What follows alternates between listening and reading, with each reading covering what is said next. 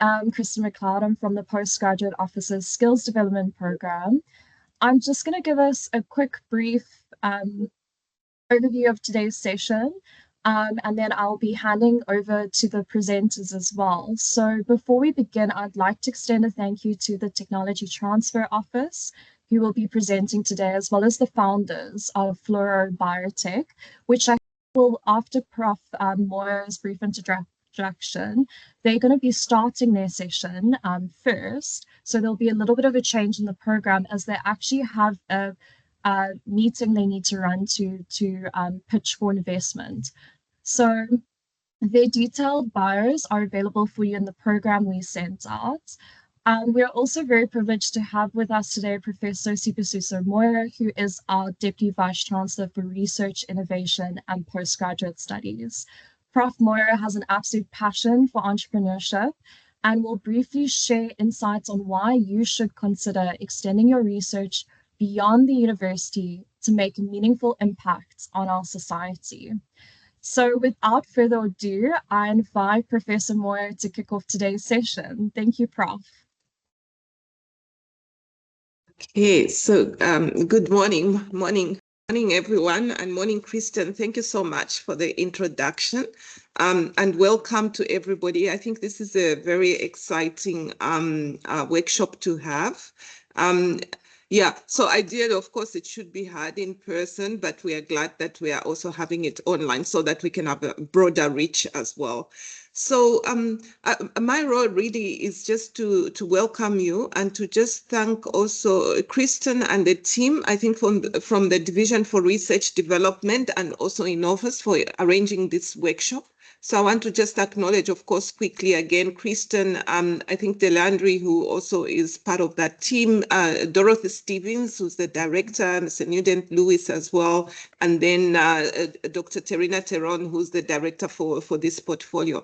So from my side, just to say that as a university, of course, we are a research-intensive university, and we want to be relevant, to society in terms of what we do, in terms of the training, but also in terms of the students that we graduate. So at the university currently, we know that we have quite a high percentage of postgraduate students, but we want to make sure that when the students graduate, it's not like you are stranded looking for jobs, but also to contribute to setting up new companies. Because as you imagine that some of the indicators that show economic development, and if you look at the research, usually in countries where they have small, medium companies that contribute more to the economy, it does help, I think, in terms of the developmental goals as well. So you notice that if you look at the South African landscape, our biggest challenges are still inequality, poverty, and unemployment. And so youth unemployment is actually a very big indicator in that area. So when we talk about, universities and the role that they can play, it's not just in terms of graduating people with PhDs and master's degrees, but it's also in terms of the knowledge transfer, which comes to the research that we do as a university. So the question of how relevant is that research? How is the research translating into solutions which result into services, products, or even innovations that help in terms of the technologies that we produce as well. The university currently is very strong in terms of, if you look at where we actually produce a lot, it's in terms of the medical and health sciences area, engineering as well. So there's quite a bit that we do there. And I just want to, I know that we are a bit tight on time, but I just want to share one slide which will just show you at least some of the students. And I know we have some presenters here from the student portfolio who are presenting, but I just wanted to show you quickly at least one of the indicators that we use in terms of student outputs as well. So we encourage students to participate, of course, in entrepreneurship because of job creation. I'm just going to the right slide. Sorry about that. This might take a while. So for us, I think the whole idea is around job creation, but dealing with poverty and inequality and unemployment. So This strategy is also aligned to the Department of Science and Innovation, which is a department within our government that gives us the the mandate as universities to drive innovation. And so those will be found in what we call the decadal plan, which you can source online. So the idea was not to give a presentation, but I just want to show you here that if you look at South Africa, for example, within Africa, South Africa and Egypt are the most prolific contributors to academic research. And you can find those indicators on, on a number of websites, but through Elsevier and Cyber, we get that information. And I just wanted to show you here that if you look at the red patch here, you can see that this is where we contribute in terms of the health sciences, so the clinical and health sector, and then of course followed by the areas in physical sciences, engineering, and then the life sciences. So that board just shows you the number of outputs that are published in these different areas. And I think the other thing I just wanted to show you before I leave that is that so as entrepreneurs, understanding the ecosystem and the regional priorities is important, but also we shouldn't forget the need for international collaboration. So whether you're doing entrepreneurship, as you grow your company, these networks become important as well.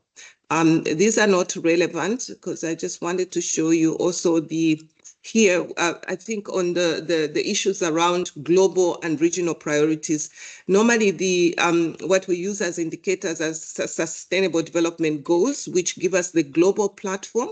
And then we try to localize this. So you can see that in terms of the publications and research, we contribute to SDG 1. That's the orange line, which is outside, pertains to South Africa. And of course, Africa is the yellow sort of indicator. So you can see we contribute to SDG 1, which talks about no poverty, gender equality. Then there's these other ones about decent work and economic growth, reduced inequality, and then a life on land and below water, which are also areas which are important. As you can see, for those of you who are based in the Western Cape, climate change is one of the biggest issues that we are facing as well. And that has impacts on many things, the infrastructure, the economy, health. So these things are interlinked. And so as entrepreneurs, I believe that some of the solutions that we look at should be able to address the issues that we face.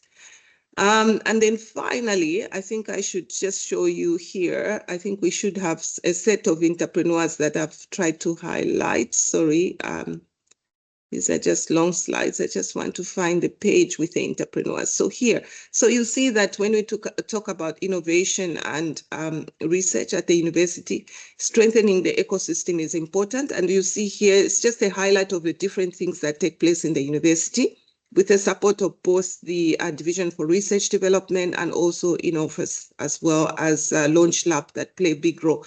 So the taxi here, you can see at the top, that's from engineering, the retrofitted taxi, which was donated by the Transport Services to SU, and Professor Thynas Boyson, who's been working on that with the city as well. So this is on the around energy and renewable energy solutions. We have the FameLab competitions, which are hosted by the division. And also, I know Kristen is very involved in this to make sure that we encourage students and our postgraduate students to pitch their research and communicate as well to the public in terms of which, simple language which people can understand. And then we've had other, awards, students involved in social entrepreneurship as well. And then we have also, of course, these prototypes for humanity and FluoroBiotech, which is also by, our students, and then quite a number of things which are going on. So, and you can see on this slide that what's important for us is really to encourage creativity and entrepreneurial behavior, promote interaction with industry, and then there's somebody with a mic open. Can they just mute it? And then research consultation and the establishment of new businesses, which we want to also promote, and then expand initiatives with focus on knowledge exchange, as well as encourage research translation as part of the research agenda of the university, because we believe this will then translate into creating small enterprises that can contribute to the economy as well, and of course contribute inevitably to the development of South Africa and our continent, because we believe our students come from a different range of backgrounds and they can contribute to that. And so, yeah, so I'll stop there. for now. And then just thank you once again to the organizers for arranging this session. And I hope that you find value from it. And then, think broader than just your basic degree, and also about, the time you spend in the lab doing research, whether you are in the lab or whether you are doing law or other degrees, you can always set up something and contribute to society. Because, for example, services are also part of innovation. So it's not just the lab work that will translate into something that you can see as an innovation, but we also see services, social entrepreneurship, thinking about how you can contribute to the two biggest challenges that we face currently: climate change and its impact, health, and then, the inequality and poverty alleviation, finding solutions that can help to improve lives. So thank you so much, and best wishes to the organizers again. Thank you.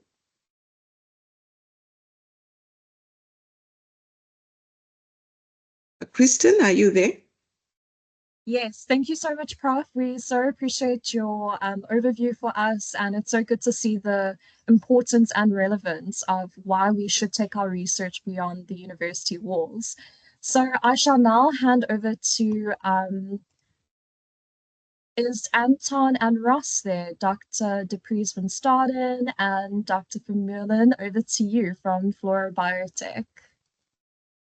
Hi, yes, thank you very much. I'd like to start by saying I appreciate that the schedule has been moved around for us. We've been working towards this day for quite a long time, and it sneaks up on you when it does. Can I just get a check that everyone can see my screen? It should say FluoroBiotech Biopharmaceutical Production Solutions. Yes, we can see your screen. All right, 100%. So I'm going to start the webinar by assuring everyone here we had a look. I think there's a few undergrads, a lot of masters, some PhDs, and some postdocs. So I'm going to start off by assuring everyone that I know where you're coming from. I've been through this, so I'll take you through my journey a little bit. And then we'll transition into, how FluoroBiotech came about, very likely. But then the main goal that it seems that everyone wants to get out of this talk is, how do I take my research and get it into market? So maybe after this next meeting we have today, I can have a better answer for you on that, because we're still in the process of doing it. But I can at least show you what we did and maybe advise where we went wrong. So yeah, let's get into it. I started my career or my studies here at Stellenbosch in 2012, where I did a BSc, and I think it was biotechnology, molecular biology and biotechnology, but let's just say microbiology for now. That then followed on by an honors. I moved to the microbiology department, and immediately I was very lucky to start working in a lab that was geared towards commercialization. I was with Professor Dix, and he always had a very keen sense of the market. So he always said, we're going to do research, but we're going to get to the market in this way. It's a great thing in some ways. It can be traumatizing in other ways. I mean, Prof. Dix would come into the lab sometimes and just be like, right, guys, next year we are working with the wool farmers to try and reduce the amount of water they need to clean their wool. And this has got nothing to do with probiotics, which is where I started. So it was tough, but it was definitely what molded us into actually being able to spin out a company from the university. But anyway, 2015, honors microbiology. I then went on to looking at doing an MSc. This was mainly because I didn't really find many jobs in probiotics or in micro at that time. And I was really interested in what I was doing. I thought that if I could add or make an improvement to the product itself, I might end up getting a job at Cipla. But these things are far more complicated. But anyway, I looked at the role of manganese in bacteriocin production. I also had to oversee 4 honor students at that time. I wasn't their supervisor, I would say, but definitely day to day, helping with all the lab stuff. I was there and I was working with them. And I think this is a challenge that South African research faces, is that we are often trying to make champagne on a beer budget, and that can be very frustrating. But what I'd like to assure everyone here is that it teaches you a skill set that you're going to need if you're going to go to market. And it's a skill set that's very sought after overseas, from what I understand. Most of the people we've worked with and trained over the years, they've gotten very successful jobs overseas. And I really believe that it's because of where we're coming from, because you have to go back and look at all the different processes in your research and figure out how to optimize them, because you don't always have the most to start with. But anyway, this was a lot. And I think, like many of us, I had to extend my study. And at the end of the study, I found that there wasn't, again, much, jobs available for this specific field that I was in, which was in the soft sciences, more micromolecular biology. And so I kind of said, all right, I really enjoy the research. Let's maybe consider carrying on. And I did. I then enrolled with a PhD in 2019, where I didn't want to focus on probiotics anymore, because I kind of realized that locally there aren't very many probiotic companies, besides the one that Prof Dick started, that Cipla now runs. There was a limited selection at the time. In my PhD, I oversaw 2 honors students and 2 MSc students, and burnout is real. I think we all go through it in research. Science is a sacrifice, and no one tells you that up front, but it really is. And I kind of got overwhelmed, and then decided, I'd like a change of scenery. Let me start collaborating with UWC for a while. And then COVID hit. In that time, we sort of published I went through the publication of my first article. Then 2021 and 22, like many other people, there was nothing else to do except publish during COVID. So published 2 more articles on my MSc research at that time. This was more on the probiotic things. And in 2022, COVID was still there, but it was kind of, cooling off. And I decided I want to come back to Stellenbosch to continue the research here.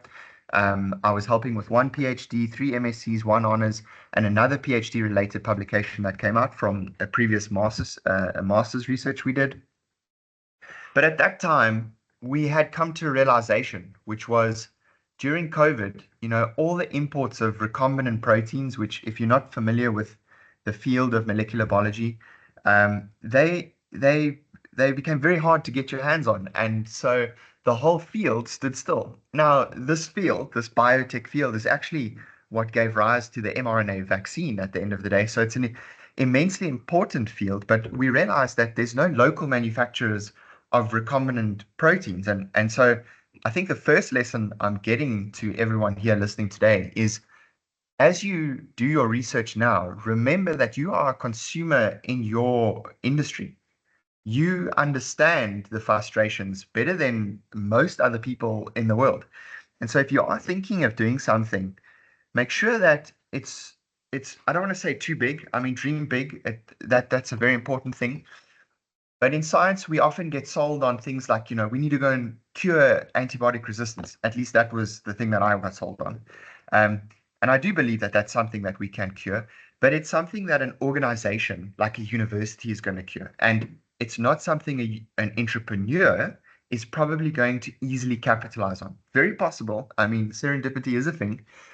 But if you're going to start a business, think about, in your immediate environment, if this is where you want to live, what are the needs? What are my frustrations? Can I solve those problems? Do I have that skill set? Or do I know someone with that skill set that can solve those problems? That's the way you should start looking at getting a successful, in my opinion, company going. But anyway, Dup and I at the same time realized, we're publishing all these papers and we're not having the impact that we personally want to have. Dup and I both came to the university wanting to contribute, wanting to make a difference, and publications do that, but we wanted that effect to be more immediate. Especially after COVID, we saw a gap that we could really fill. So FluoroBiotech at that stage spun out from the university, and Dup and I raised 1 million rand, and we started novel enzyme development as well with a DCI or CDI capital grant. In 2023, I was still in the PhD while the company was being spun out. I oversaw another PhD. I co-authored 1 more publication. And at that time, FluoroBiotech was kind of getting to the point of, things are getting going. And more recently, in 2024, I've now completed my PhD. It took a lot longer than what I would have liked. But we walked away with a PCT, a patent, a global patent. And so sure, it took me a long time. I had to do a lot of things that I think, in ideal situations, you wouldn't have to do. But it all prepared me for this process of starting a company. It's really not always about the science. It's actually, most of the time, more about the soft skills. So anyway, I finished my PhD. I've just published another article that's to do with my PhD work, and I'm now full-time at FluoroBiotech, and it's hectic. We're bootstrapping. That means you are not doing what the company's sole purpose is. You're doing a lot of other things like consulting, just so that you can pay salaries at the end of the day. Very exciting, but very difficult. It's like doing a PhD every 4 months. It's hard. We're also doing product development because the product we've ended up with at the end of the day can be used for many, many things. It's a deep tech. We can get into that. I'm also training interns, and I'm business building. The point that I wanted to get to here is in the top right of the screen that you're looking at now is a count of the years that it took me to get to this point. And so what did I learn after almost 12 years of study, 6 publications, 12 students? I'm not a supervisor, but day to day I'm there. And about 1 year of running or being involved with running a company. It's that course, that one scientific comm in first year. It's all about SciComm. SciComm, as I've written here, is an all or nothing 51% in industry or in business, right? And if you think about the dynamics of that, it's really great tech can fail if it doesn't have SciComm, and weak tech can succeed if it has SciComm. It is one of the most important things, being able to talk about your research in a way that resonates with people. So the most asked question today is, how do I commercialize my research? And I would like to invite someone to speak now. I know it's a webinar and I know it's difficult. So if it doesn't work, I'm happy to move on. But I would like to invite someone that is serious about starting a company, serious about taking their research to market. And I'd like you to tell us what we're doing. I know it's a big ask, but is there anyone that's willing to do that?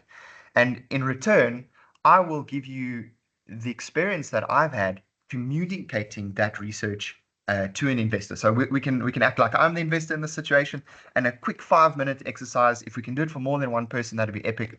But is there anyone that would be willing to have a go? Would you raise your hand?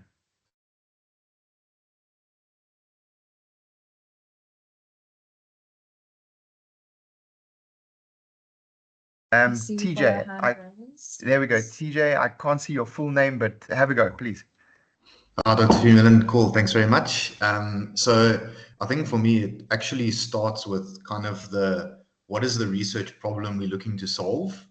And is that relevant to the issues that are faced by the market or the marketplace? So I think that's kind of one of the cornerstones, etc. And then when we're looking to publish the research, is it going to have the type of impact that can be monetizable? In other words, are we adding a value or a service to a line of products? Are we adding new innovative ways of delivering services to communities maybe that the market wasn't able to access because they didn't have the information about the population or the needs of the population or the municipality, whatever that is? So yeah, I think it kind of starts off with what is the problem we're trying to solve, and is it relevant to the marketplace? Sure. So may I ask, are you currently doing research in what are you doing research in currently?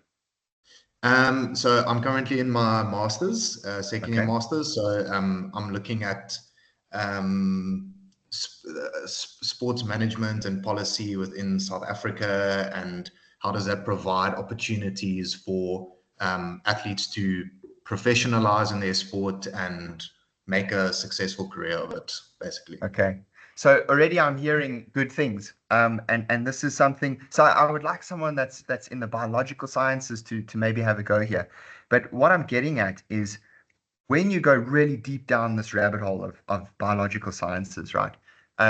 Somewhere along the way, we lose the ability to convey information just like we've heard. What we've heard now is all the benefits, okay? We've heard all these benefits about being able to get athletes into the position they need to be in. That everybody understands that, okay?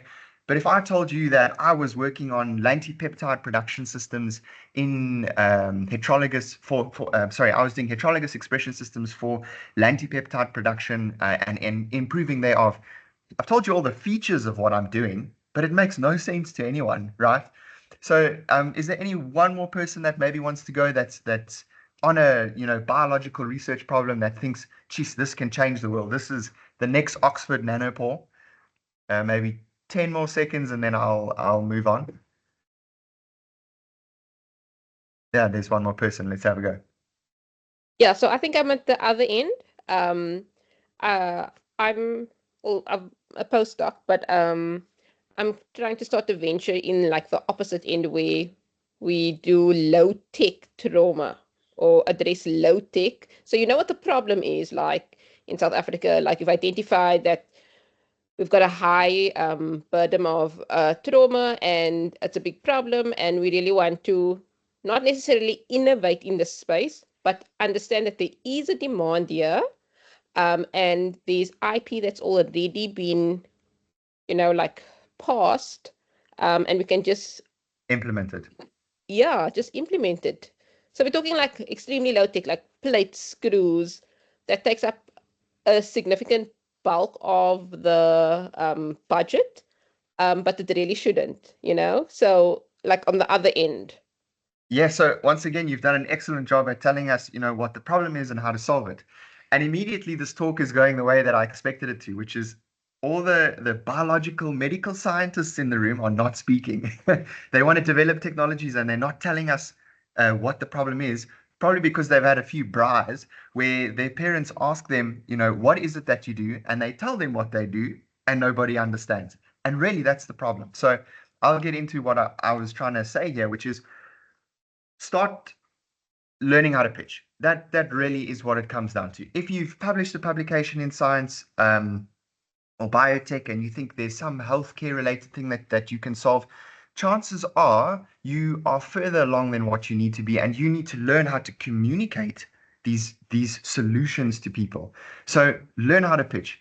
I was very frustrated with this. We've worked on this for 1.5 years trying to explain to people what recombinant proteins are and how they're used in the industry and how they are and how imperative they are to society.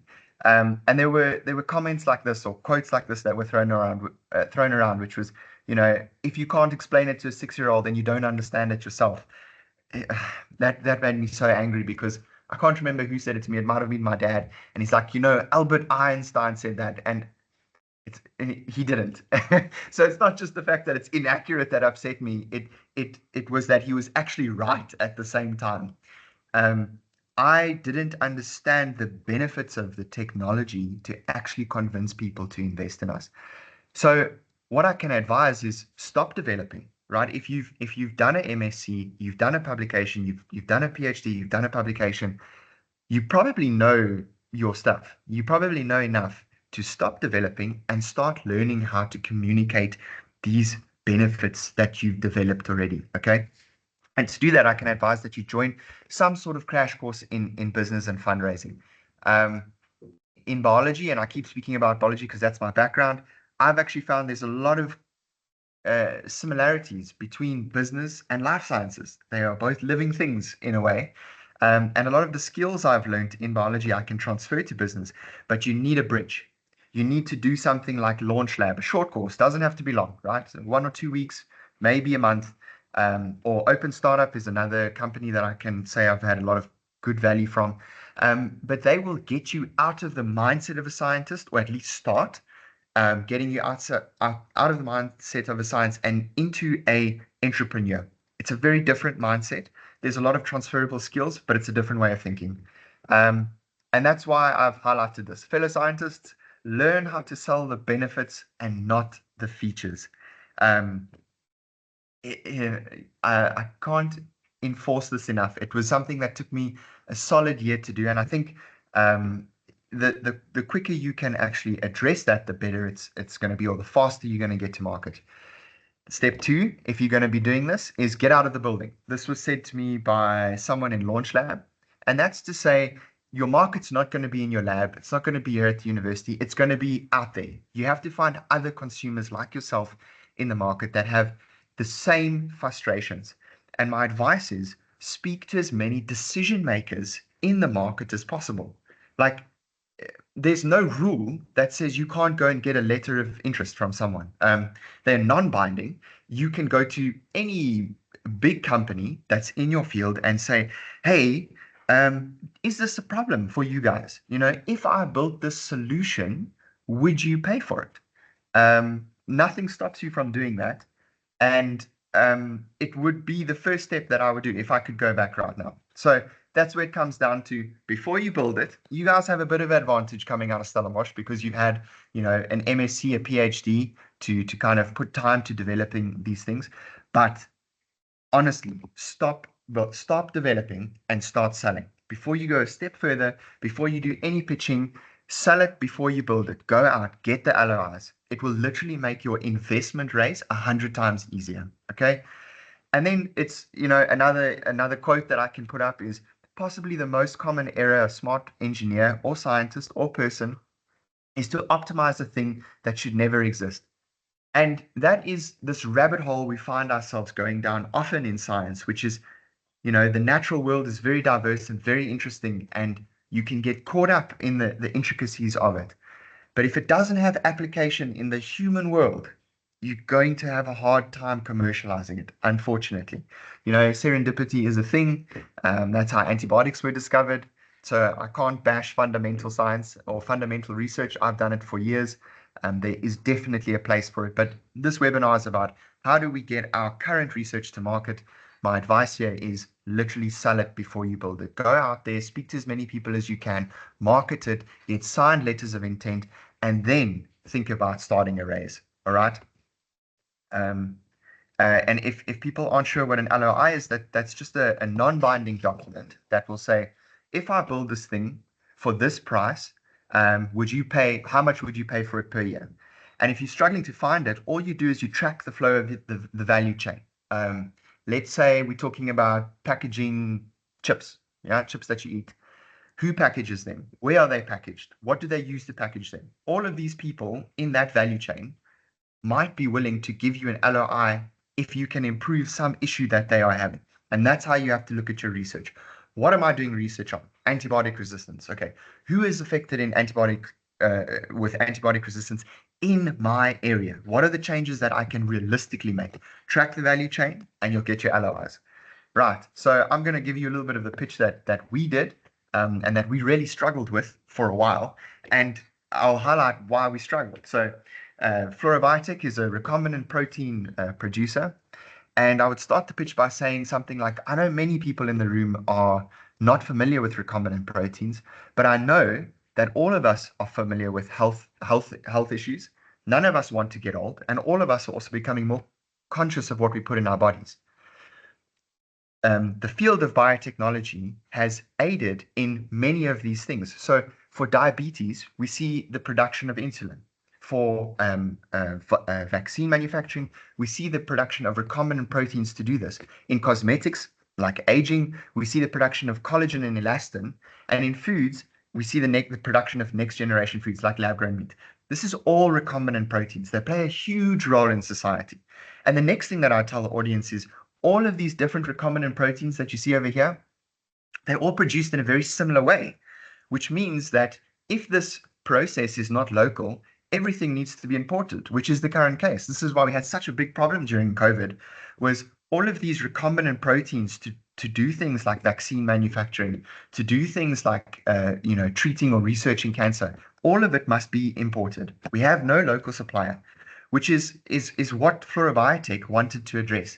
So we set out to develop a recombinant protein manufacturing process that's robust enough to start the local production markets, yet powerful enough to revolutionize global production norms. Okay, this is the way we did this. Is we said, okay, what is the process? It's a 40-year-old process. It's got many steps. It's very complicated. Can we minimize that? You know, where we are in our research, we needed to be as efficient as possible, and we were lucky enough to come across a way that we could get rid of, almost 2/5 of the production process. This means that we end up with something that's much more robust. It can be used to start production in Africa, which can then be exported instead of imported. Here I'm just showing the audience that this production process doesn't rely on lysis reagents or machineries, so we are less reliant on imports. This means that it's a more robust production process that can be easily deployed into emerging markets for resource efficient production. And it's a big market that we can access, right? It's massive. It's unbelievably huge. $256 billion is the sort of biopharmaceutical proteins market alone, and those in biotech know that it's much bigger than this. The tech is a deep tech, so we can get into that a little bit if there's any questions. But deep tech is basically, it's a fundamental improvement to the way we do this bioprocessing, which means it can be globally licensed. That makes it very scalable for so that your overseas manufacturers can also enjoy a 15% manufacturing cost reduction. They can increase their extraction rates by 800%, and it's a 150% increase in the yields. So please join us on this journey of helping or making African biotech thrive. Cool, right? It's a compelling case. It's something we need, especially the guys in the field. That's an easy sell. But who are the clients? How many clients? How big are these clients? You know, what's the urgency of the solution? I don't address any of those factors in this version of the pitch, or this older version of the pitch that I was giving. And so the point I'm trying to make is, you know, VC funding, so venture capital funding, which is probably the route you'll go to commercialize your research. It's not free money. VCs, so venture capitalists, will say, yeah, I'll give you R1 million, but I need you to prove to me that in a few years, you're going to be able to give me 5 to 10 million rand back. It's high stakes. And LOIs, so letters of intent, are a very easy way for the investor to understand this. You know, if you have an LOI from one single client that says, I will buy 10 million rands worth of product for you next year alone, that venture capital guy is going to go, sure, take my money, go and do what you need to do, especially if you're coming out of a university like Stellenbosch, where you've had all the help you need to actually get your solution patented and getting into market. It's a no-brainer. But you need to know that it's not free money, and that you need to convince them in a language that they speak. So that comes to step 3, right? You've now gotten your LOIs, you understand the journey that you're going to go on. Step 3 is fundraising, which is pitch, pitch, pitch, and pitch. You're going to tell your story 1,000 times and then 1,000 times more. You'll start telling the story to the 3 Fs: friends, family, and fools. And I'm not sure if everyone in this webinar is from Stellenbosch, but if you're from Stellenbosch, you're in a very lucky position, which is the university, as I've experienced it, likes to see themselves as a co-founder. They have skin in the game. You know, they've walked the journey with you. And in fact, they are willing to listen to you. Angel investors are very, very hard to come by. We've been pitching for 2 years now. I've met 2 or 3, you know, people that are actually willing to listen to you, and are willing to go the journey. So, you know, at the time we came out, I'm sure Innovus is going to, or Launch Lab will maybe have more up-to-date numbers, but when we came through the university, we had access to 500,000 Rand, no strings attached. I mean, that's, you don't just get that anyway. Stellies is doing a really great job of helping you facilitate this. That 500,000 Rand can then be used to go and write a patent. Okay, so that is the, how do I say, the thing that you need coming out of Stellies to be spun out. You need to have a patent, as the rules were when we were doing this. How do I know, or how would you know if you are personally ready to write a patent? In my opinion, a good litmus test, it's not a hard rule by any means, but a good litmus test after being through the whole process is, if someone gave you 500,000 Rand, you know, no strings attached, would you know what to do, step 1 to the last step, on how to write a scientific manuscript, so a publication, for internationally accredited journal? If you know tomorrow, yeah, if I had that 500,000, I would start with this experiment. I would then do this experiment. I would get this data. I would do the analyses in this way because I know that this is convincing. If you can do that, you can write a patent. Remember, when you publish it, when you go to publish a patent, it gets evaluated just like an article. Is it novel? Is it useful? I mean, okay, there's a few more criteria. Is it novel? Is it useful? And is it non-obvious? You have to meet those criteria. But if you've come through the university and you've published a paper, you are capable of doing this. You've done it already. You just have to make very sure that patent that you write solves a burning need. It's not a blue skies need. It is a right now, if I do this, next year I have a buyer to buy the solution that I'm now patenting. That is when you patent. That is when you know you should commit to this process. All right. Once you've sort of done the patent, you can start the spin-out process through Innovus and Launch Lab. And then step 5, go back to step 3, pitch, pitch, pitch, and pitch. Take whatever amount of money you think you need to raise, to get your company going, and literally double it. It is a different game. It is not simply just the cost of doing the research, the cost of doing the manufacturing. Marketing is a thing. Marketing, again, is your scientific communication. And if you can't sell it, it probably shouldn't exist. Unfortunately, this is the hard truth. So I've put 2 QR codes up on the screen here. These are 2 organizations that have been tremendously useful. Launch Lab being the first. Go and follow them on LinkedIn. Go and find out what they're doing. Go and find out the courses that they're running. Get involved. And you will start to have a much better sense of what it's like to spin out a company from the university.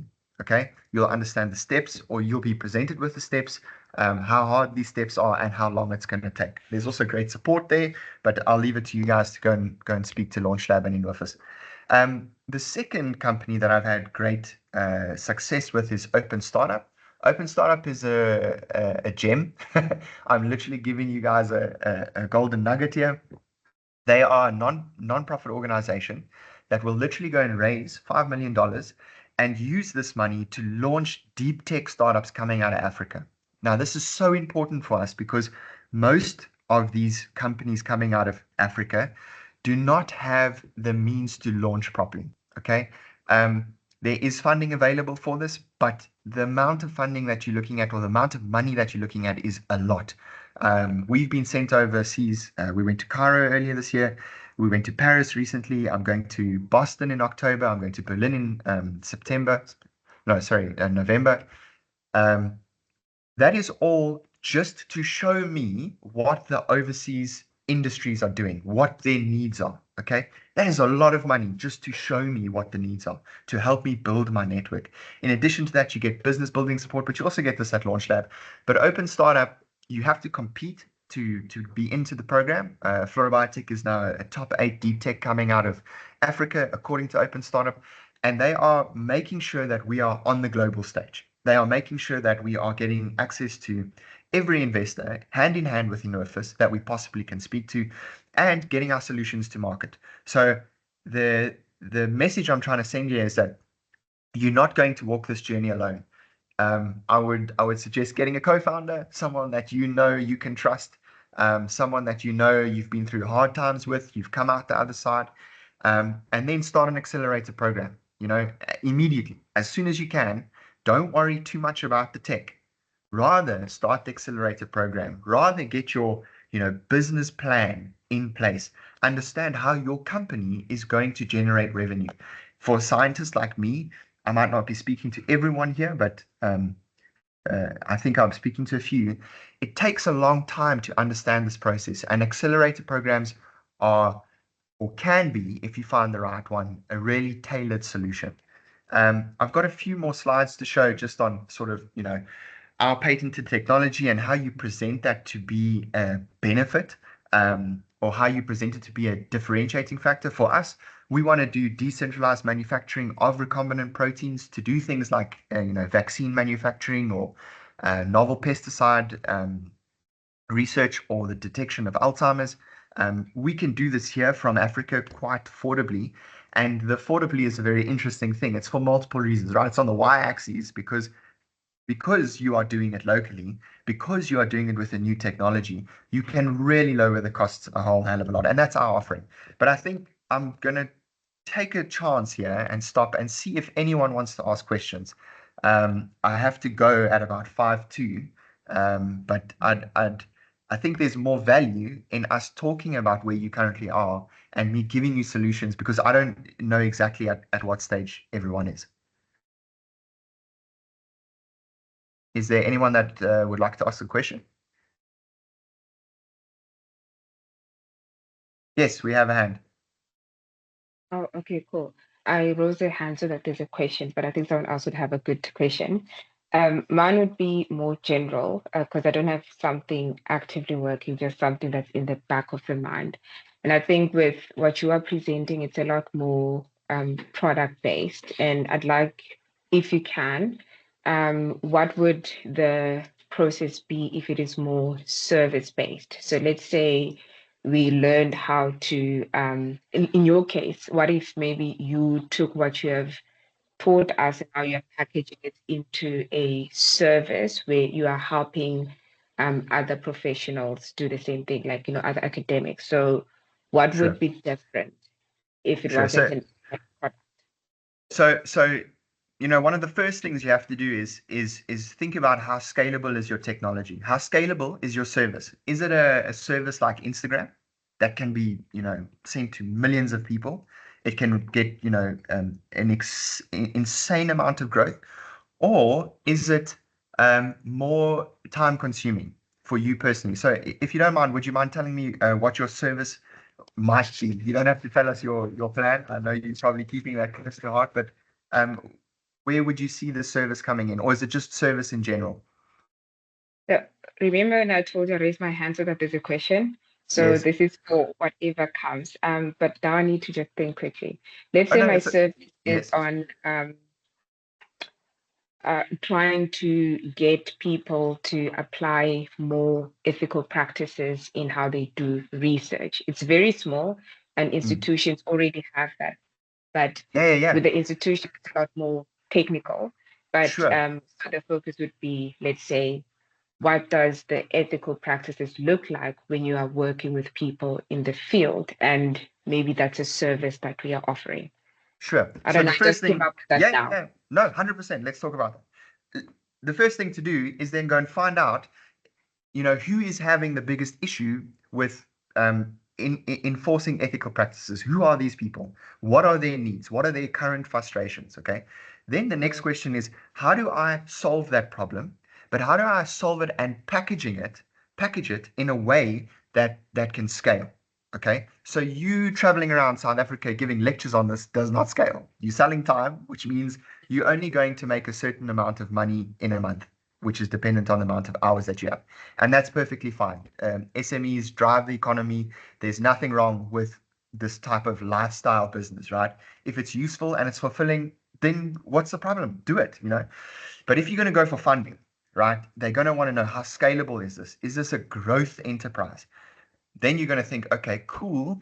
Maybe I can I can record myself, right? Or I can make a really nice booklet that can be distributed. And in that way, I can really scale this thing.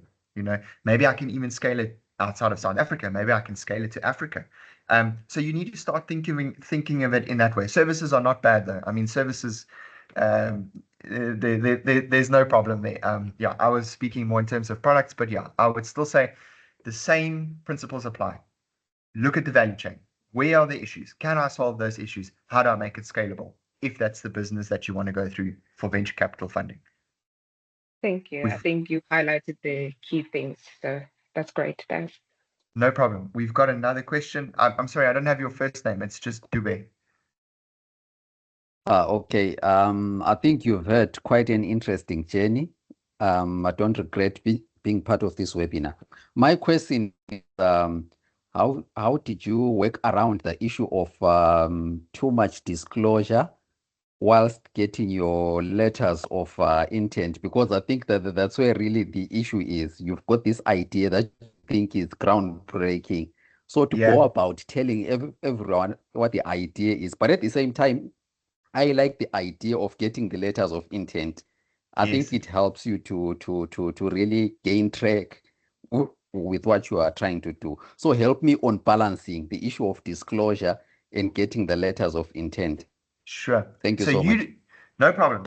You can 100% just sell the benefits. You don't need to tell these people how it works. You just saying, hey, you've got this problem. If I can solve it, how much are you going to pay me?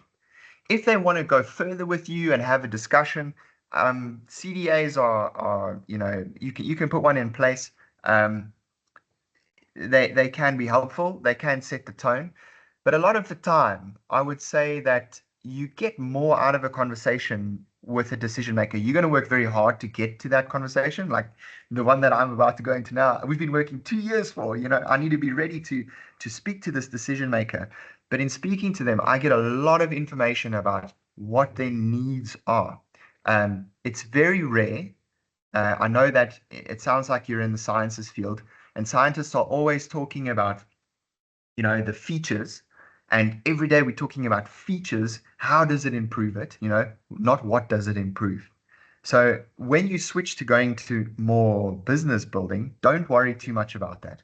They are probably more interested in the benefits of your solution than actually how it works. And if they're very interrogational, partner. Be like, hey, it sounds like you want this. Let's work together. Maybe you want to pay for me to do this. Maybe you want to invest. So don't worry about speaking to people. It's the best thing you can do.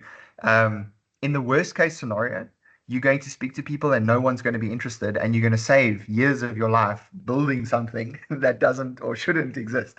All right. Is there? I hope that answers it. Is there any other questions? Thanks, Doc. No problem. There must be one person here that's sitting on a publication that they think this can do something for South Africa.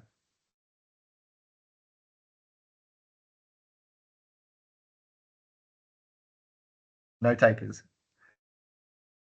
I see one more hand. Zimbili, did you want to add something? Yes, I'm going to take on the chance of what you mentioned. It's something that came up during my field work that I'm contemplating on, but it's not going to be part of the publication.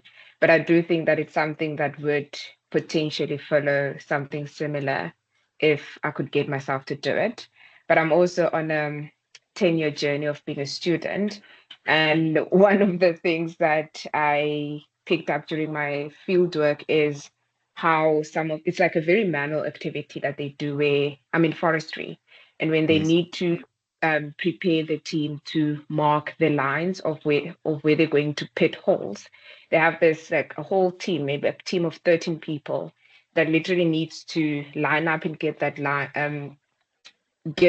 the two poles on the other side straight, which is based on people making sure that the things align. And that takes at least maybe 4 to 5 minutes of the production time, productive working time. So in my head, I was thinking that, that could be sorted out by creating a structure that has laser connectors where as soon as it beeps and it connects, you know that it's a straight line. So essentially, they don't have to try and figure out whether the person can see clearly if it aligns. But then the other one is also that same line that they're using, it's marked with some small wires to just distinguish the distance at which those holes needs to be separated by. And that's where they need to dig the holes. So with that, sometimes where the sign is there could be maybe a rock. So then they can't necessarily, but they only find out about that once they hit, to make the hole. So what then you the have to idea, do, yeah, sorry. Yeah. What you have to do is not worry too much about all the features of what it can do. You have to go and measure the benefit, right, of your solution. So go and find the person, one of the biggest players that in the industry that are struggling with this problem that you know to exist. Go and measure how much of an impact does this have in terms of money, okay? And then go to them and say, I can build this. Will you buy it from me? There's your LOI. Then go pitch for capital, or go to Stellies, pitch for funding, build the thing, patent it, and then you're on your way. Oh, good. I'll do it So you once I see- get my PhD because I need to finish that. But that's No, yeah. start it at the same time. Start it at the same time. I You'll probably can't end up because with I a job. need to submit in August. But yes, afterwards. Okay. But thank you for that. Listen, a meeting will take you an afternoon. Email whoever it is. Ask your prof if they know someone. Email whoever it is and say, I have this idea. If I solve this problem, don't tell them like you've just told me how you're going to solve it. Don't tell them that. Tell them the benefits. I can solve this problem for you in this way. This is the benefit. Will you buy it? If you have that, you're on your way. And I think, my closing remark here is that I wish when I was in third year, someone told me that starting a company is a very real thing coming out of South Africa. Okay. The hard truth of my field, which is molecular biology, is that we don't have pharmaceutical companies here, really. We have some, but no major ones. And a lot of the time, for some reason during the course, you think you're going to end up being a person that is working at a big pharmaceutical company. But to do that, if that's really your dream, you're probably going to go overseas. At least this is my reality, right? But if someone had said to me in third year, just as I was about to graduate, hey, do you know, like, SMEs are like majorly important for South Africa. They are very strong here, and you have every opportunity to do this. I probably would have started thinking about commercialization a lot earlier. So I don't regret where I am at all. I think I'm in a very exciting position, and I wouldn't change it if I could. But I would have wanted to put more time and energy and thought towards, what does commercialization look like, and how does that play out of Stellenbosch? So here I am today telling all of you it is 100% the option. You do not have to go overseas to find a job. You just have to realize that you are consumers in your market, okay? And if you do some digging, okay, you can probably find frustrations that you are more than equipped to solve. You're the cream of the crop sitting here, right? You did really well at school. You've done really well at university. You've done postgrad. I'm sure many people here have published things, which means they were the first in the history of mankind to observe something. A business is not something that's on a whole nother level of difficulty. It's different. It's difficult in a different way, but you guys are all capable of doing it, and you should consider doing a little bit of research about how does this play out, and is it for me. So I think with that, I'm gonna thank you for inviting me, and I hope to see you guys around Launch Lab soon. Thank you so much, Dr. Vermeulen, for your time. All the best with your pitch as well. Thank you so much. Okay, so I'm just going to share my screen. But before I start, just want to thank Ross for such an inspiring talk. He is such a great example of what it means to innovate with impact through your postgraduate research. And so I'm really inspired. I studied microbiology till master's level. I'm inspired to really just go back and do my PhD and really just come up with solutions that address the needs of the society. And so my role with my presentation is just to take you through a journey as to what is Innovus and how can we assist you to make your research into market research, market success. So I'm going to share my screen, and please let me know when you can see my presentation. We can see it. Is it in full mode? Yes, now it is. Perfect. Awesome. And so, as much as Ross has started and talked about his journey, we had a look into your expectations for this webinar. And as I see most of you are really interested in looking to what is research commercialization. For example, how can I monetize from my research outputs, just as Ross has mentioned. And some of the expectations that you had were related to what are the entrepreneurial resources that are available for me, because you want to gain some knowledge and tools to commercialize your research into marketable success. And then some of you were very interested into, as a scientist, you might not have that entrepreneurial perspective. So how do you channel your mind to have that entrepreneurial mindset? And then some of you just really wanted to know more about Innovus and what is that impact that I can actually create for my research, and just basically to learn more. And I hope that with the presentation that I'm going to give and the one that Ross gave and my colleagues is going to share as well later on, we're able to address these expectations.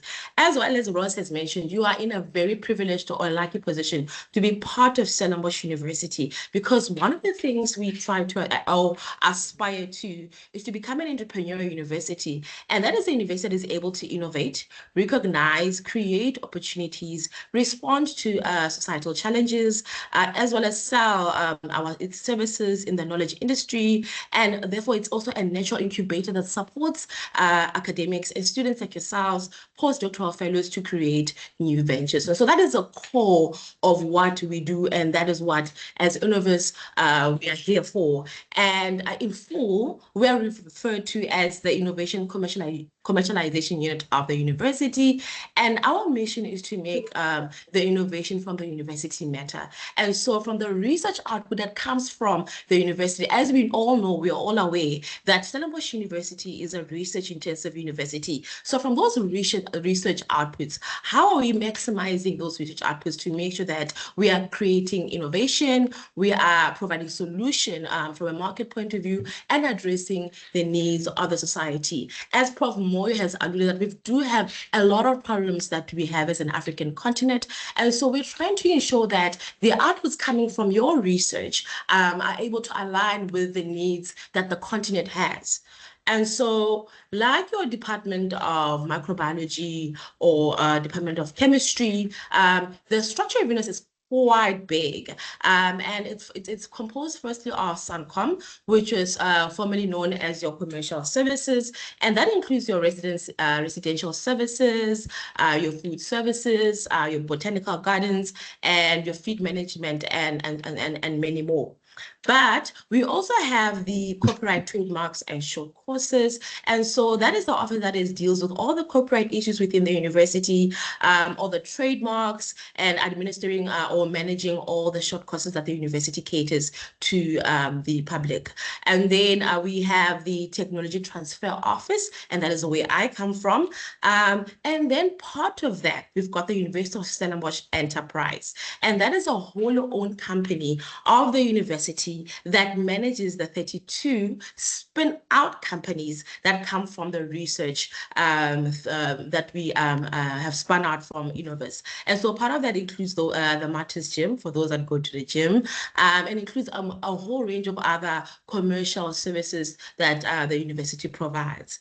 But part of that, since we've got these 32 spin-out companies, for example, FluoroBiotech, we have a group of staff that provides this company support and admin for people like Ross as well, that is part of Innovus. So part of that includes the Stellenbosch network, and I'll speak more about that later on, as well as our incubator launch lab that Ross talked about, which was very instrumental in assisting Ross to shape that mindset to become that scientific mindset to become an entrepreneurial one. And so that is basically Innovus. It's very big, but more specifically, we're going to speak about the Tech Transfer Office. We're going to speak about Launch Lab and how we can actually assist you in making that your research output goes into the market. It goes and addresses a societal need.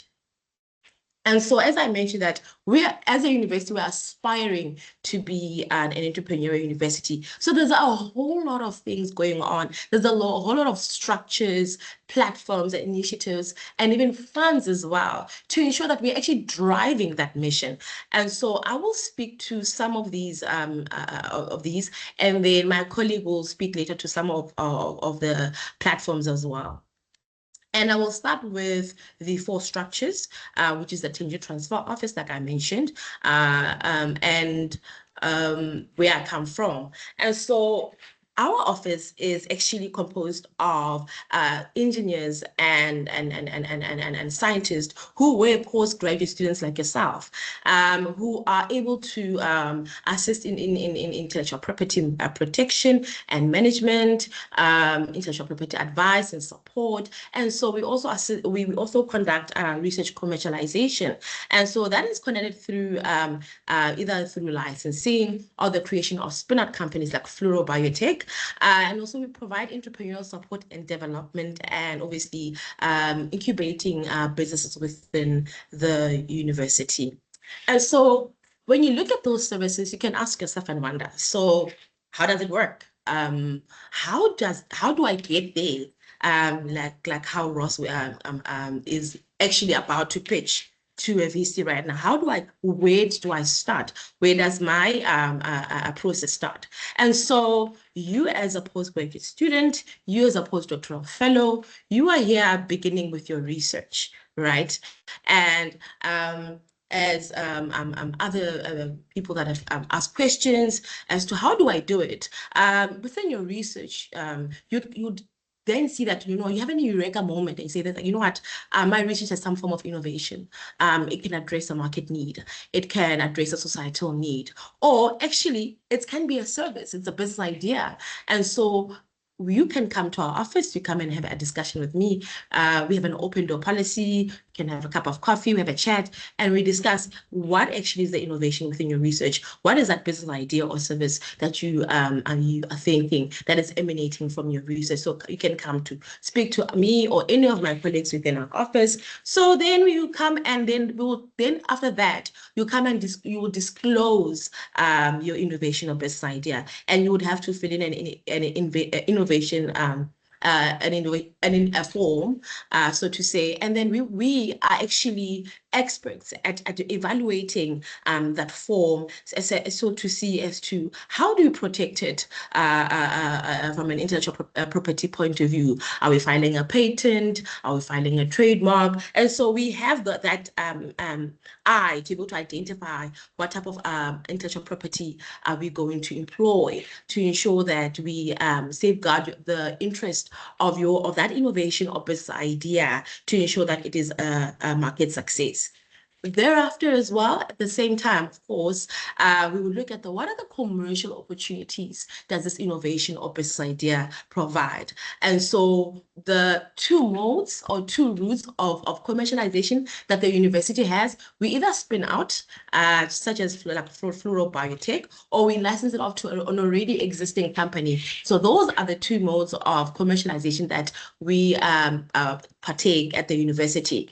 However, I just want to highlight that it's very critical that in this process as well, that you involve your supervisor, because this process will involve some stakeholders. So it's very good that you also, when you come and disclose, you also bring in your supervisor as well. And so there are moments where you've got this beautiful innovation or business idea, but there's a possibility that you're about to finish, you need to submit, or you need to go to a conference. And so you need to highlight that to us so that we are actually able to assist you to give you like an urgent protection. We file maybe the innovation, we need to file a patent. So we need to file the patent very, very quickly. As Rose has mentioned that for you to patent, they ask certain criteria, and one of them is that it needs to be novel. So it doesn't need to be known publicly. So we do provide that urgent protection should you need it. And so that is how it goes by. Come to our office. Even if you're not sure about it, come to our office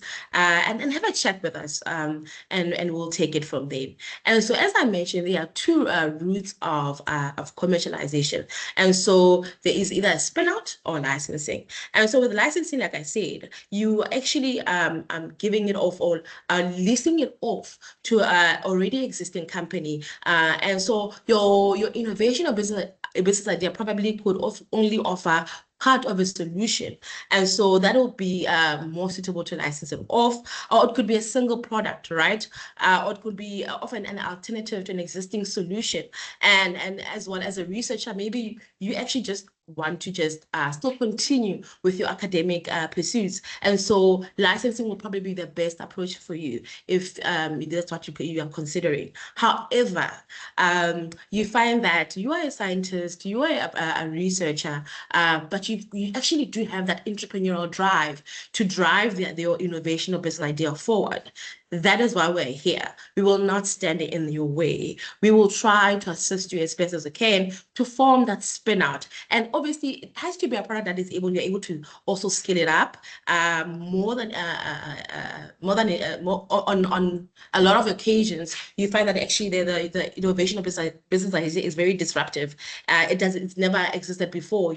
It's something niche, and so it would be the best case scenario to start a spin out. And so those, like I mentioned, those are the two routes of commercialization. And when you do have a chat with us, we will definitely be able to assist you to see and assess what is the best route of commercialization. And then I'm going to speak to about Launch Lab. And Ross has really highlighted the importance of how LaunchLab really shaped his entrepreneurial mindset.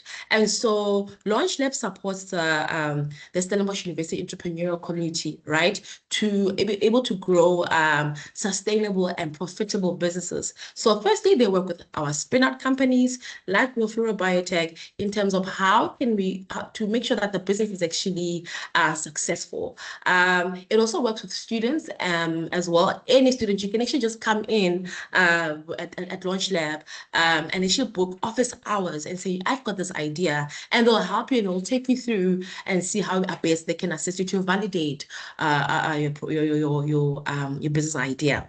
And so it caters to everyone within the Stellenbosch community.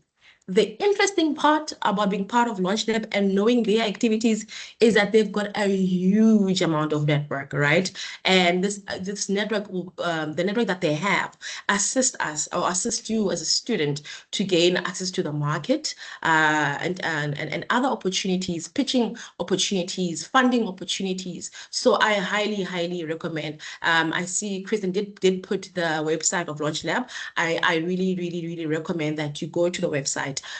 You subscribe to their newsletter so that you can see what the activities that they actually do on a daily basis. And these are some of the programs that they have. They've got Race Nova, which is like a 6 weeks program. So you would meet up one day of the week for 6 weeks, and it will help you how to basically fine-tune your business idea or innovation and how to validate it as well.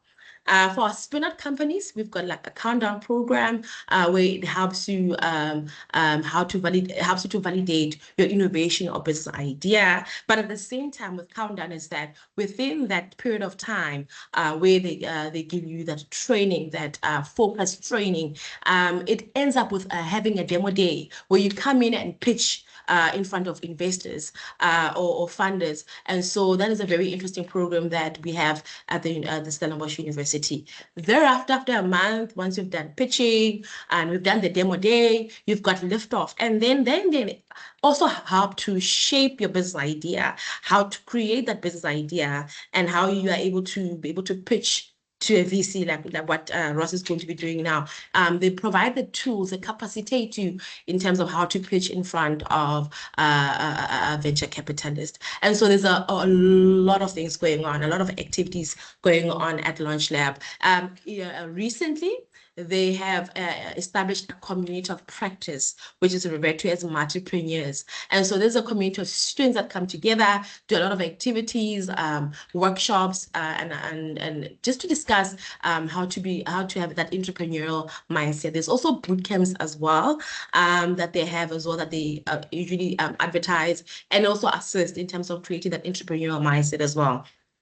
Another interesting program is the hackathon. And this is when your fintech and data science companies, they come in and bring a problem to the students, and the students will try and create a solution for that problem. And there is prizes to be won and a lot of money, as so I've heard. And so this is just a typical, some of the programs that LaunchLab has. On the right-hand corner, that's how LaunchLab looks.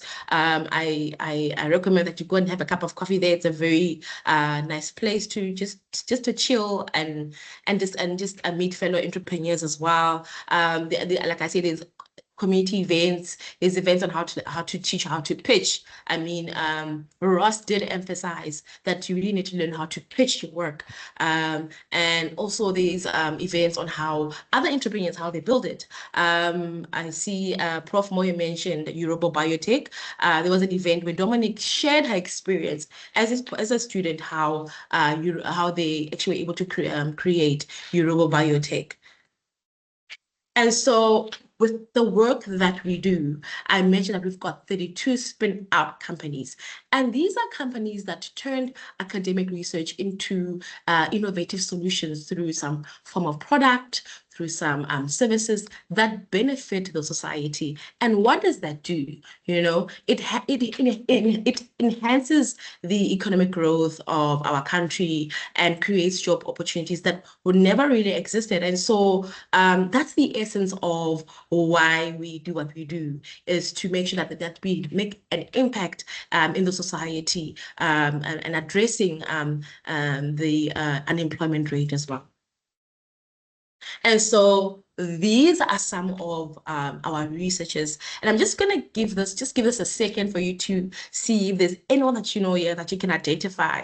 These are purely some of them academics who, from their research, they came up with an innovation or a business idea, and they're actually part of a spin-out company. And this is me saying that maybe in the future you might be here. Who knows? And so just to inspire you that the world is your oyster, even when you are a postgraduate student.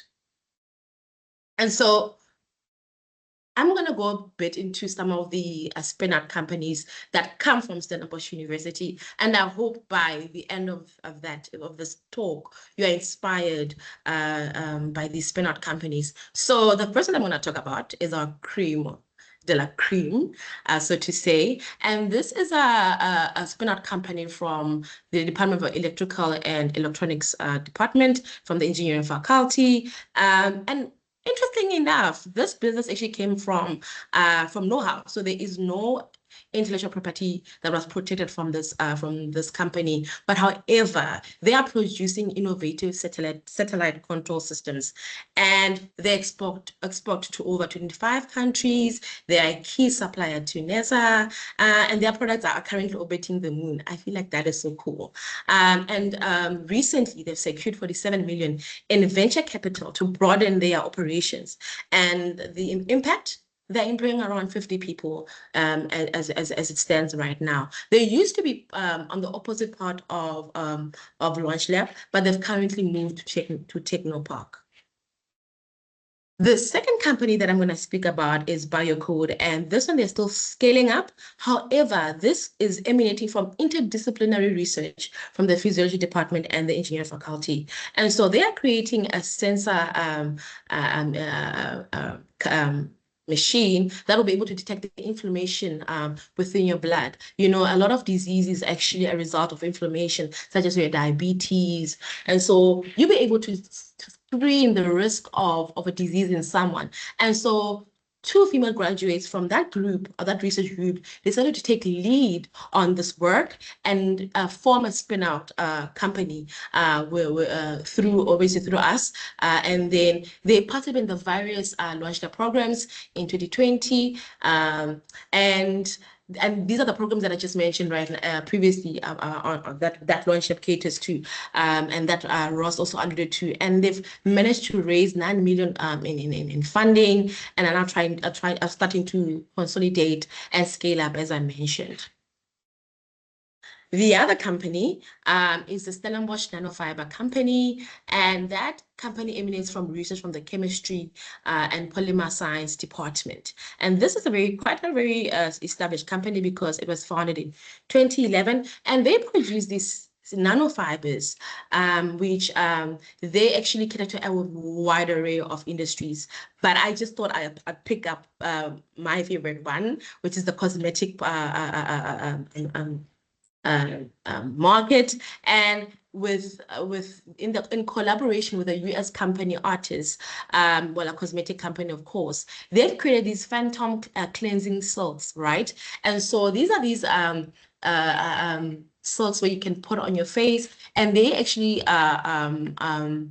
do 3 functions, right? So it acts as a foam cleanser, exfoliator, and an oil cleanser. So on a 3-in-1 cleanser that you can put on your face, you spray the mist, and then you take it off, and that is your face wash. And so we pride ourselves because Time magazine picked up this invention, and it was one of the best inventions by Time magazine in 2019, and they dubbed it as the face wash of the future. And this is just the research that came from the university. The other company that probably most people are very familiar with. It's a South African company, Squin. They've just collaborated recently to come up with this hydrating overnight face mask. So you put this mask on, you sleep, it dissolves, and it has all the extracts and vitamins or ingredients that you need to have this plum-like face. It gets and seeps into your skin while you sleep. I feel like that is very cool. For us who love putting on serums as well, they've just recently also collaborated on creating these nanofiber serums where you it doesn't have water at all, and so it provides a higher concentration of that vitamin C or hyaluronic acid that you need to keep that skin glowing. And so that is one of our spin-out companies. The other company that's still also scaling up as well is Fienti. And so it's a phytopharmaceutical and natural medicine company. They use medicinal plants to create products that address anxiety and stress, sleep, inflammation and aging, or your digestive health. And so they are still trying to scale up as well. But this is one of our spin-out companies that's we're really looking forward to seeing the great work that they will be doing. So I've spoken about some of our spin-out companies. And so with my talk, I hope that you be able to see that we actually committed to fostering a culture of innovation and entrepreneurship. So get involved, and through your research, be a catalyst for change in our university. Come through us, through Launch Lab.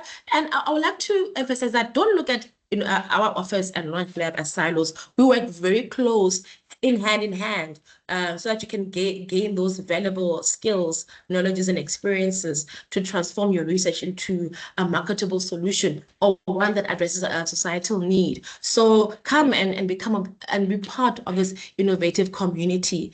And we've got several initiatives that we're currently working on that are aimed at furthering innovation and commercialization. And so come have a coffee with us, and my colleague is going to speak more about these initiatives, of course. And so it's very important that you contact Innovus early. As Ross mentioned that, you might be sitting on this amazing publication, but actually you think it has some form of commercial potential. It might address a need to the society. Come speak to us. For those that are in the lab, keep a lab book, and so that you can make sure that it documents your thinking, because it assists us to see how can we actually commercialize the work that you're doing in the lab.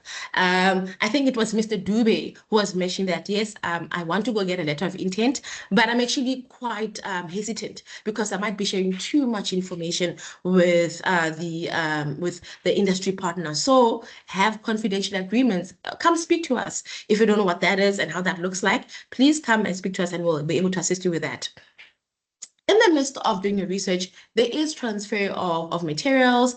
Please make sure that don't just get a material from, for example, another university without having a material transfer agreement. So come, if you don't know what that is, let us know, because that helps us when you do create that solution, when you do create that innovation, the IP ownership clauses or is set in place in that agreement. So obviously, like I said, speak to us before you publish. Come to speak to us early. Even if you're uncertain, please come to our office. Like I said, we have an open door policy. So we are not against publishing. We know that when you publish your work, it does show that you're a credible scientist, you're a credible person in your field. And so we are not against publishing. I did mention that when you do emphasize that, you know what, I need to publish. I need to take I need to go present my work at a conference. We definitely assist you with a sense of urgency. What we also have is that we've got a lot of engagement with people everywhere. Is it be it industry, be it business mentors, or any other external clients. And so we have a lot of partnerships, and then so we come speak to us, and you never know, we can leverage on those existing networks that we have at Innovus. So one of the things that we do, like I mentioned, we file patents, of course, and we liaise with patent attorneys. If you're not sure about your idea, whether it's patentable or not, come every Wednesday. We have a patent attorney that visits us in our office, and we can really email us. We will organize a chat with the patent attorney, and they'll be able to share their insights with you. And so how long does it take? Sometimes it takes about 3 weeks for us to protect your idea once you've gone through those steps that I've mentioned. So like I mentioned, I'm still going to say we have an open door policy. Come and have a coffee with us. So that brings me to the end of my presentation. I hope you get a sense of idea of who we are and how things are done at the university. But like I said, feel free to ask any questions. Feel free to send us an email, follow us on our social media. And yeah, we look forward to engaging with you. Now that I've come to the end of my presentation, I'm going to also just ask a few questions. The first question, I'm hoping, let me just stop sharing my screen, but it's fine. Let me just proceed with the question. The first question is, how many spin-out companies does Stellenbosch University have?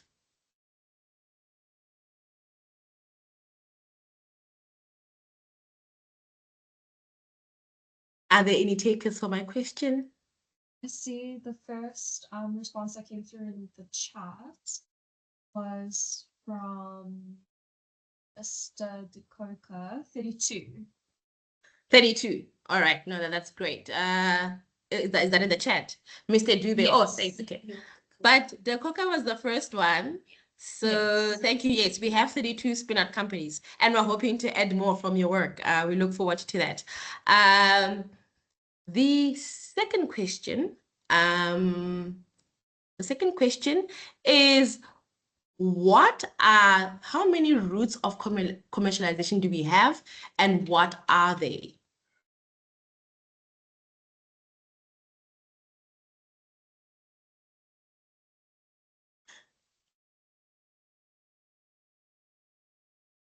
Yes, I see someone mentioned the number, but you also need to name those routes as well. Okay. Ratsivi said spin out and licensing. Okay, we are taking your answer. Yes, so we've got 2 modes of commercialization. And so thank you so much for answering those questions. I'm also going to open up a bit just to 1 or 2 questions for me. Is there anyone who has questions?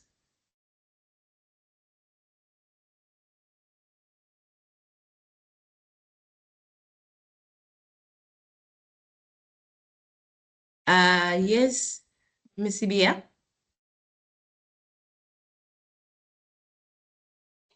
Sorry, actually, I just see now that they did answer my question. It was in the chat. But it was just about master proposals be solely based on actual research outputs, or can it be, let's say, a passion project that's got nothing to do with research or academic activities being done? And then would that count, and would the process on your side support that? But then Ravini answered. Okay, great. Thanks, Ravini, for answering that question. You said it has to be based on actual research.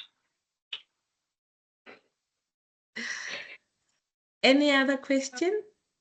Sorry, can I please just clarify that? So maybe my question was also not phrased properly.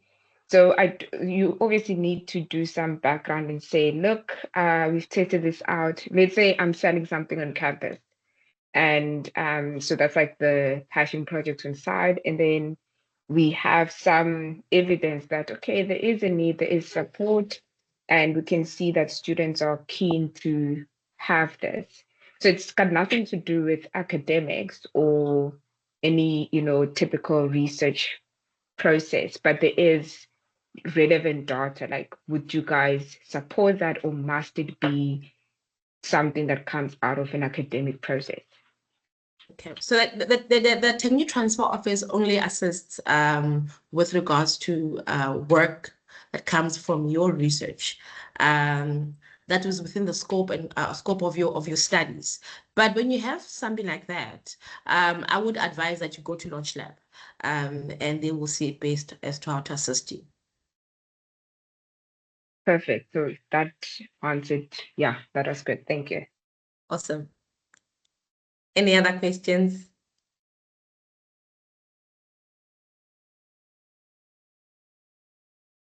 I see there's a question. Can you please explain IP ownership at the university?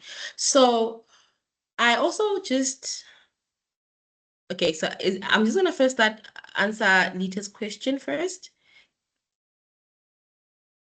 Is this my question or is it the question for the attendees? Oh, it's for me.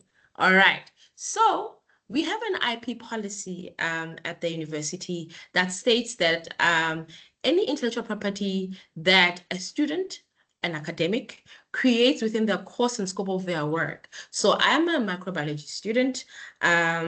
If I'm doing any research output that comes from my studies as a microbiology student, that is owned by the university. However, if in my garage I'm coming up with an electronic innovation or business idea, the university doesn't own that IP.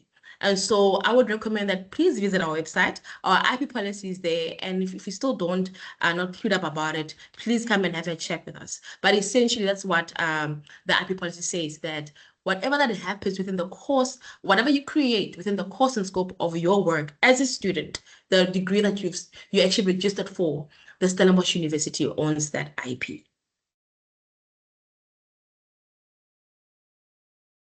Next question. Let me see the chat box.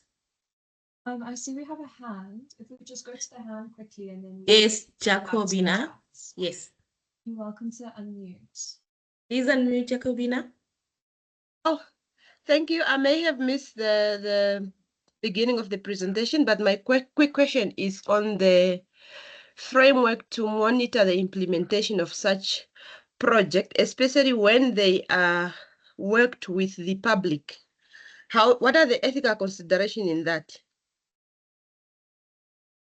Can you please clarify your question? Maybe give me what exactly are you working on? Okay, so we have a project that is funded through the university, but of course it involves some stakeholder from the public sector. So I'm now wondering whether we from the university will own the intellectual property, or do we need some ethical clearance from the public? Do you have such a policy, or how do you handle it? Thank you. So we have an ethics committee that handles and has a framework as to how to manage that relationship. So are these stakeholders funding the research, or is it just more from an engagement point of view? No, only from the engagement point of view. The funders are separate from that. No, then that has to go through the ethics committee. Okay, thank you. Great. I see. I'm sorry, I'm just gonna read the name that I see here, Pulakis. And your question was, do contracts with funders supersede the IP policy of the university? I actually like that question. So you'd find that your research is funded by a public institution or the government, right? And so if your research is funded by a state entity, meaning the government, that IP is owned by the university. And then if you then are funded by a private company, but they're only paying portions of that research, within that funding contract, it will state that the IP is owned by the university. However, there is always an however. If that company, that public or that private company, funds your research, but funds both the direct and indirect cost of that research, and that is what we refer to as full cost, then that IP is subject to negotiation. So it opens the door that we can now discuss who would own that IP if the research is funded by or through full cost? Blackies, am I answering your question? I would have loved to get a thumbs up. Do we have any more questions? But I think for the sake of time, please, if you've got more questions, please put them on the chat box. Me and my colleagues will do our best to answer the questions. I'm going to hand over to our director. Okay, great. All right. It's been fantastic talking with you guys this morning and listening to what you've had to say. For me, that has been the most exciting part, to listen to what you guys are thinking about. So I just want to say thank you very much for that engagement. And Mashudu and Ross before me have done a great job about talking about this really exciting topic. So I'm just going to quickly go through some of the things we're doing inside the Tech Transfer Office and inside Launch Lab, inside USE, to really enable entrepreneurship and really enable students and staff to engage in the entrepreneurial journeys. So Stellenbosch University, as you know, is ranked amongst the top 300 universities in the world, top 3 in the African continent. We have 10 faculties on 5 campuses, over 4,300 staff, 31,000 students. I think it might be a bit more now, 4,300 international students from 100 different countries. We rated amongst the top 25 most beautiful campuses on the world. So I didn't need to tell you that because you've made a choice to come to one of the best universities there is. Okay, but regarding the university's research intensity, I'm not going to say that. We are a research intensive university. These are based on 2023 stats. We have 508 rated scientists. 21 of those are A-rated scientists. We have 1,594 registered PhD students, 5,013 master students, 328 postdoctoral fellows. 281 PhDs were awarded in 2022. 70% of our research income comes from international sources. So as Prof. Moyo mentioned earlier today, we have fantastic research happening at this university. We have fantastic people. We have fantastic systems and infrastructure to enable really great research to happen at this university. And I think having a group like you guys to talk to, we can see that there is incredibly creative and exciting research that's happening in the various different faculties. That's what makes our jobs really exciting. So research is the transformation of money into knowledge. And that's what you guys are doing. You're producing amazing new knowledge. But to get that knowledge to have impact, innovation has to step in. Innovation is the transformation of knowledge into money. And that's what we've been talking about today. What are the systems, what are the mechanisms that we have to assist you in this journey? Now, one of the things that you can use to determine how innovative a company or an institution is to look at the PCT applications that it makes. This is the Patent Convention Treaty. It refers to what some people call an international patent, but what it is, it's an international patent application.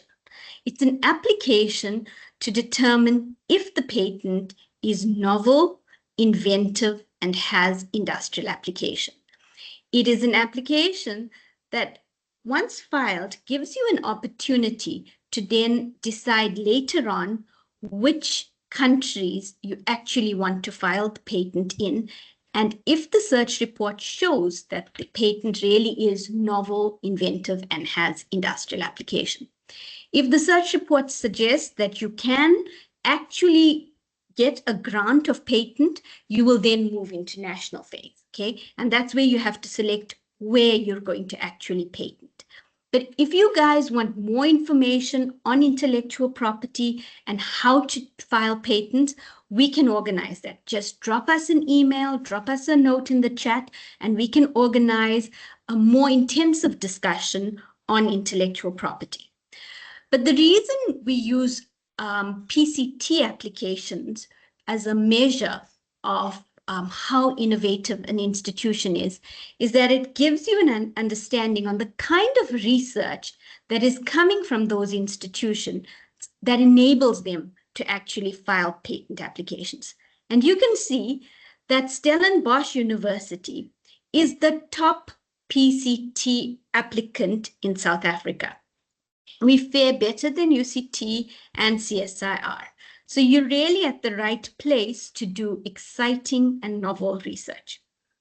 Okay, but the next question is, how can we help you to transform that knowledge into money? Now, Mashudu has talked to you about the institutional structures we have with us as the Tech Transfer Office.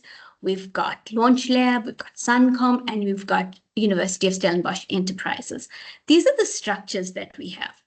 Within those structures, we have a variety of tools and platforms to assist you. The Spin-Out Information Guide is available on our website, and it gives you a step-by-step procedure on how to spin out a company within Stellenbosch University. It keeps improving. Every time there's a new spin-out that goes through this journey, we learn from that, and we update our spin-out guide to make sure that we always improve the process so that staff and students from SU can have the best possible experience in their journey of entrepreneurship. Okay, another exciting tool that's quite new is the Instant Startup Toolkit. This is an online platform.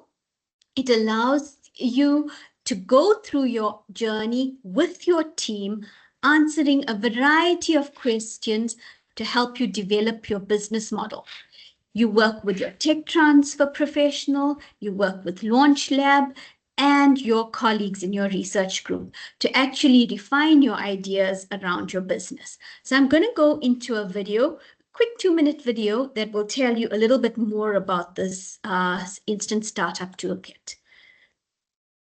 Let's see. There we go.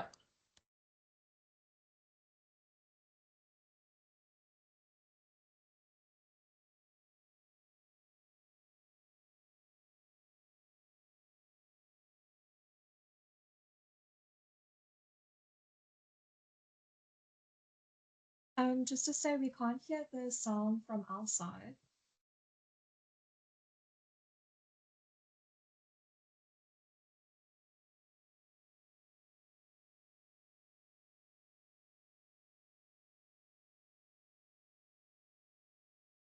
Okay, I understand we're having a problem with the sound. We're gonna pop this video into the chat, and then if you can take a look at that a little bit later. Okay, but it really is a very cute little video that shows you the processes that are used with the Instant Startup. Okay, I'm gonna escape that and try to go on.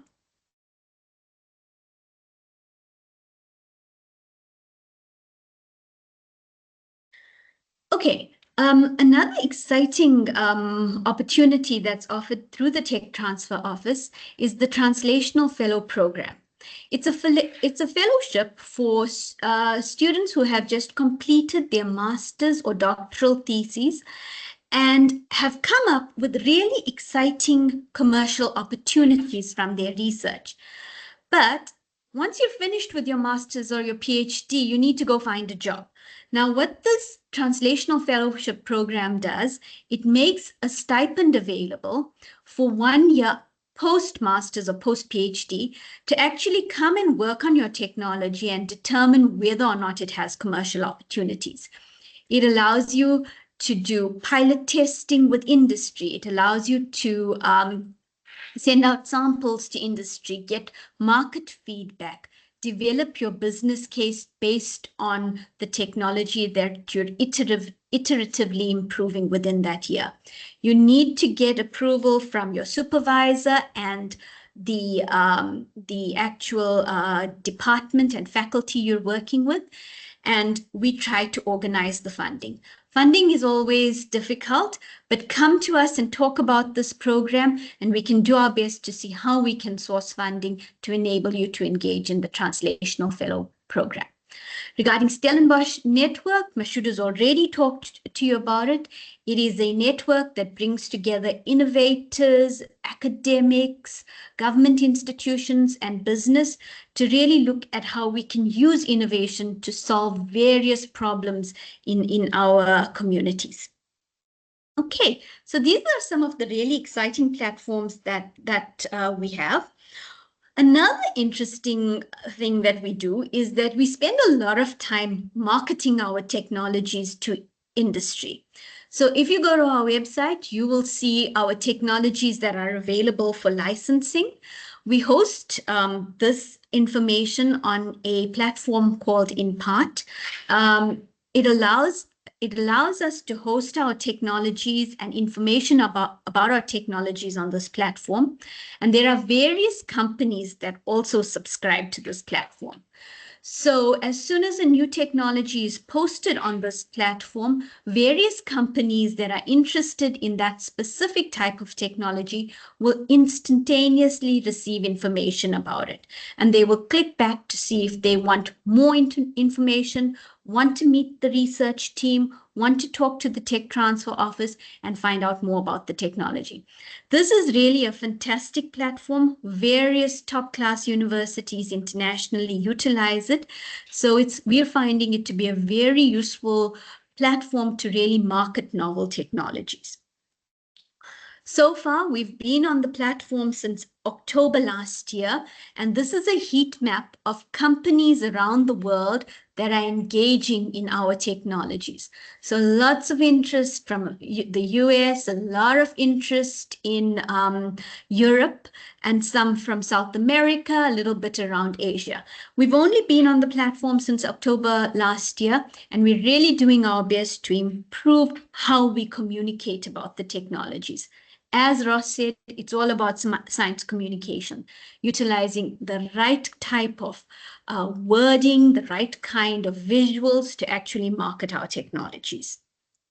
Okay, another interesting program that we're offering is we're looking to start commercializing research tools and academic tools. Very often we find out that researchers are developing clever little hacks within your lab to make things easier for you. Do you have methods? Do you have technologies that make your life or make your work simpler or cheaper or faster? Would other labs benefit from it? If these are the kind of hacks you're developing or have developed, maybe you can come and talk to us and we can look at how we can commercialize these tools. We've learned from colleagues in Cambridge University that they've been commercializing some of their research tools. And they've made something like £1 million a year from commercializing novel research tools. It's very important that these tools do not have commercial background IP. So we will have to do a good due diligence with you to understand how the tool was developed. And if there is opportunity to commercialize it, we would love to do that. And of course, the profits of commercializing such research tools or academic tools will also be shared. All right. Another exciting avenue that we're looking at is we're looking at commercializing intellectual property from social sciences, arts, and what has normally been the humanities type of departments. We're finding that there is huge interest in artworks, performances, and commercializing guidelines or questionnaires that emanate from humanities type of research. We find that having worked very long in commercializing technologies that have emanated from the hard sciences, the biological sciences and medical sciences and engineering, we need to get a much better understanding on how to commercialize social science research. So it would be great to have discussions with those of you who are engaging in that type of research, and we need to look at how we can support you better. So we'd love to hear more about your research. Okay, so what I want to end off by saying is that universities have historically been great at solving problems for society.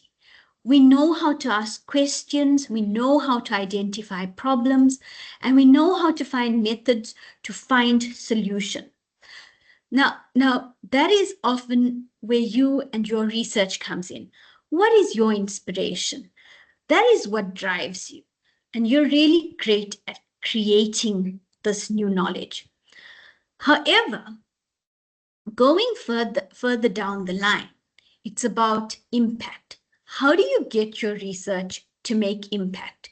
Today, we've talked a lot about economic impact. We've talked about starting businesses, and that's really a very important aspect. But there is also other impacts.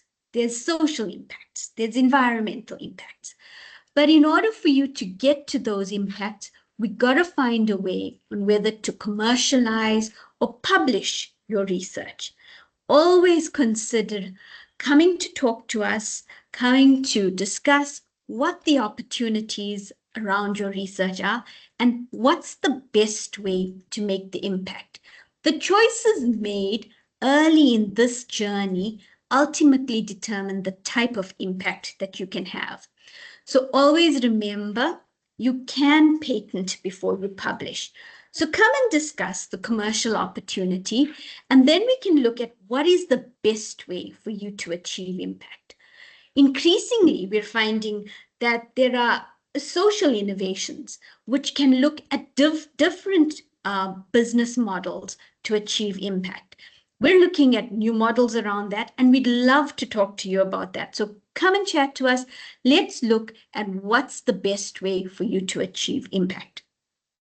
Okay, so in conclusion, all I want to say is that we want to work with you. How can we work with you to make sure that your research makes the impact that you envisioned when you began your journey?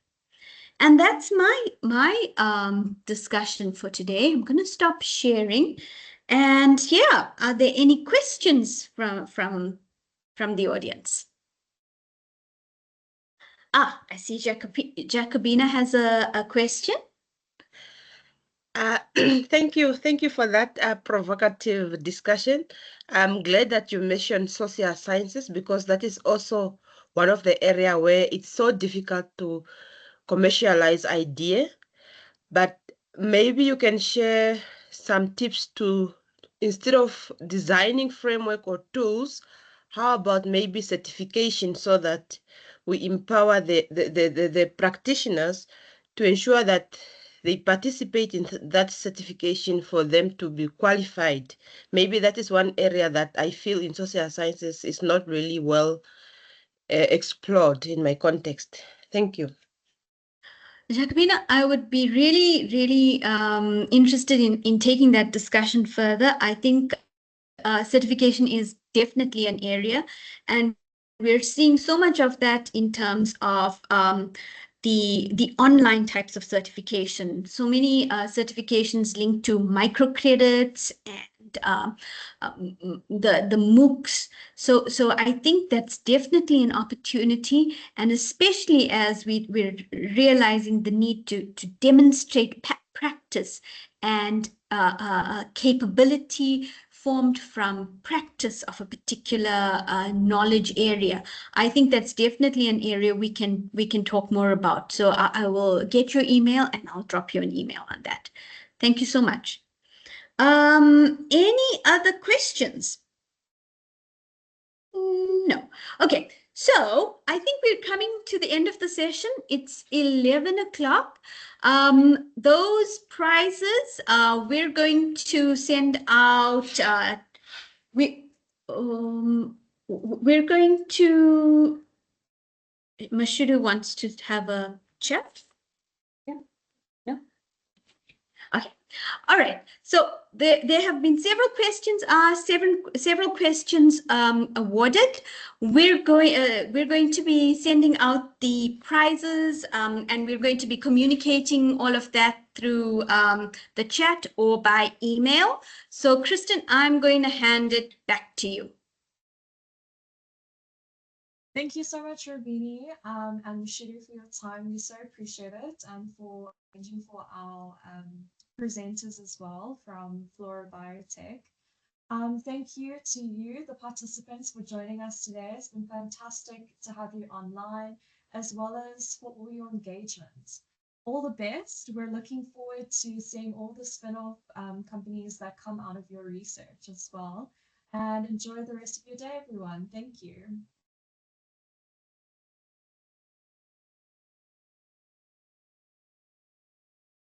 Thank you. Thank you. Bye. Thanks so much.